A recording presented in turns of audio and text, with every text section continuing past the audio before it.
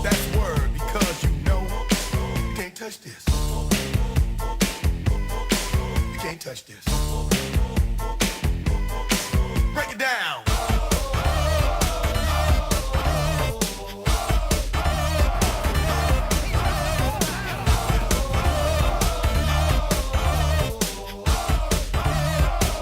Stop. Hammer time. Welcome to this week's episode of Talking Footy. I'm your host Sean, and as you can see, no co-host tonight. Dan's actually on holiday. He's off to South Africa with his beautiful wife. So they're in South Africa at the moment. Hope you're having a good time, Dan. Stay away from those lions, buddy. Anyhow, mate, sorry about last week. Bit of technical difficulties. Actually had my 8-month-old son Jude as my co-host, but obviously we had a few hassles, so stay tuned. He'll be back later on in this series. Alrighty, there's been a big week last week. Friday night we had South beating the Panthers in a soggy affair, and I will attest to that. Trust me, it was wet at the foot of the mountains. Well, the Gold Coast, they continue their surprising form in their derby win over the Broncos. A late one they won there. The Knights came away with the 2 points in our nation's capital. Parramatta avenged their early season walloping with a close win over the Roosters. The Tigers train rolled straight through the Cowboys, 16-4. That's a good win for them. Canterbury edged out the luckless Warriors by the thinnest of margins. Manly just straight up rolled over Cronulla. That was just poor form by Cronulla, really. And finally, Melbourne did their best Winona Ryder impersonator by stealing it against the Dragons. Very controversial game there. Now we've got a few things happening. Obviously, mate, if you guys haven't noticed, we're in Bizarro world. Ooh, whatever do you mean, Sean, I hear? Well, let's have a look at the table. You've got the Titans, the Tigers, and the Eels firmly entrenched up the top. Really, other than the deepest, darkest supporters for each team, when I say deepest and darkest, because they've been in the lowest of lows in the last couple of years, other than them, did anyone really think any of these teams are going to go anywhere this year? And if you say yes, you're a liar. But moving on, can you believe it? Anybody? So, mate, Bizarro world, welcome to it. Up is down and Parramatta is good. Go figure. And so might as well move on to the first topic of the week, your favourite and mine, who's shithouse and who's shit hot. Shithouse, it's a tough one. I'd have to go with the Warriors board for its not one town team, but a one country team. They've really got to look at the way they run their football. They've got a nursery, which every other club just, pinches from anyway. So they've got an amazing amount of juniors coming through.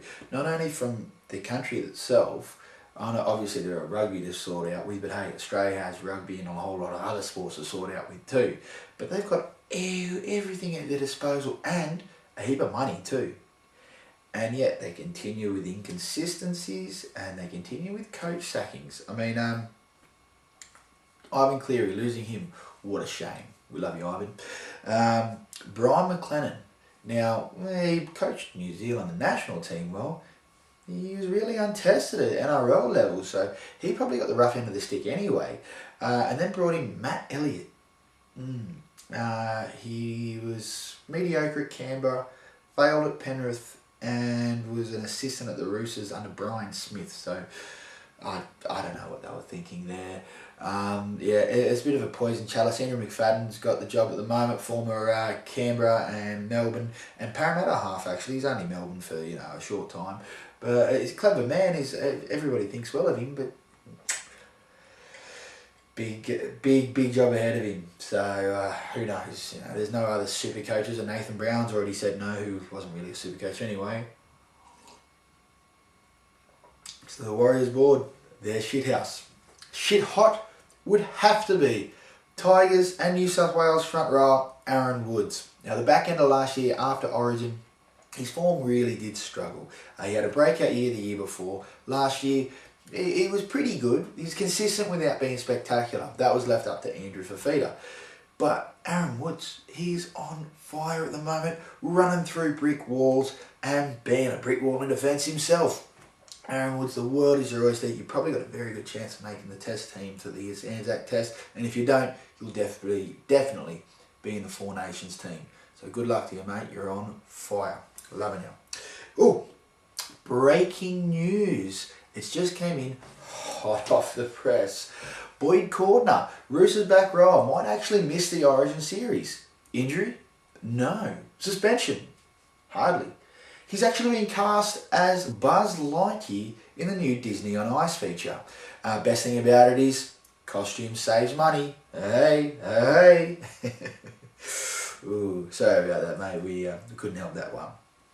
Anyhow, moving on to this week's hot topic. Now, we've already glossed over this before. The Melbourne Dragons game. It was a very tight one. And look, human error, really. 0.6 of a second was it between the play the ball and the siren. Melbourne allowed to play the ball, score the game winner. Dragons fans go up, they are fuming. Melbourne fans, obviously they're very happy to win on the buzzer. Average rugby league fan is confused what the hell's going on. Now, this isn't the 1920s. This is a multi-million-dollar sporting league. It's just got $1 billion in television revenue. And you guys can't figure out to synchronise your watches. Really.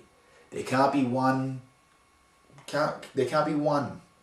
all at the ground who controls all of it, which also coincides with the television one as well. And the referees watch too. You shit me. I can find out on my smartphone the weather in Curitiba, Brazil right now.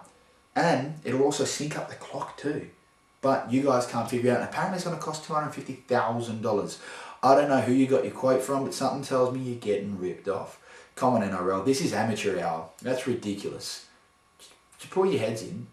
You got all this money, but everyone's trying to figure out not only what you're doing with it, but how you're investing in it.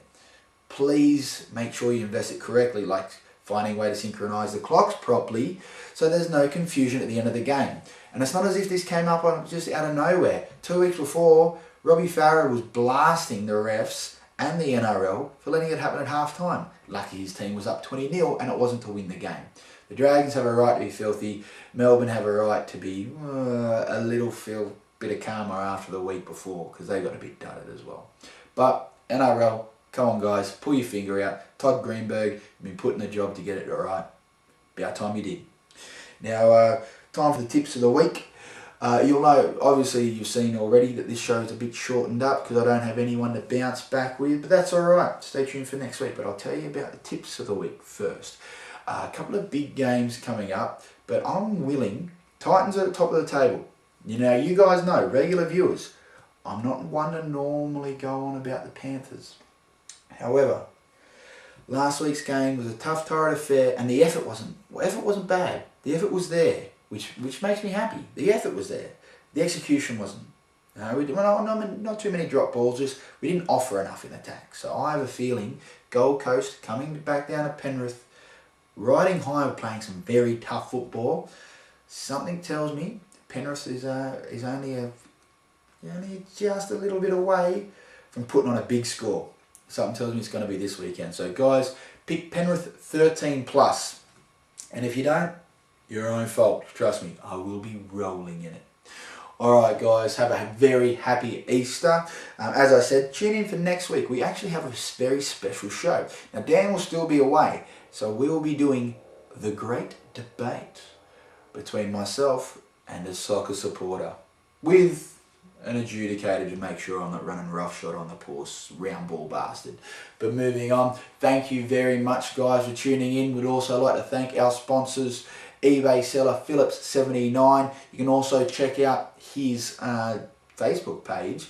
It's actually just rugby league DVDs. Does a lot of country rugby league and we love it on this show. So go and have a look. Good games like Narromine versus teams. Like, where else are you going to find that? Every bit of footage you see on this show is from him. And I've got stack after stack after stack of games from him because they're just awesome. He's a good bloke. And also the Carhole Tavern. I understand they're going to be having an Origin special this year. So mate, give them a call. Check on the Facebook page. Just message us. We'll sort you out. And also, jump on our Facebook page, facebook.com/Dan Talking Footy Sean.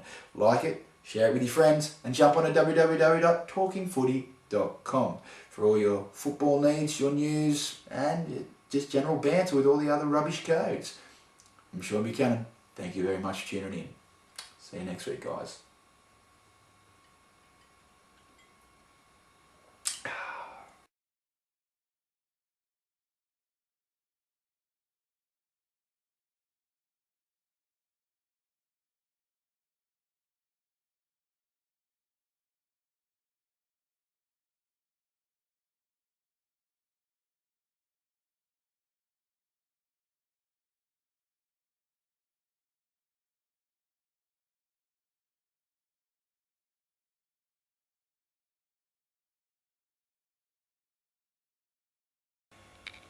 And that's the end of that chapter.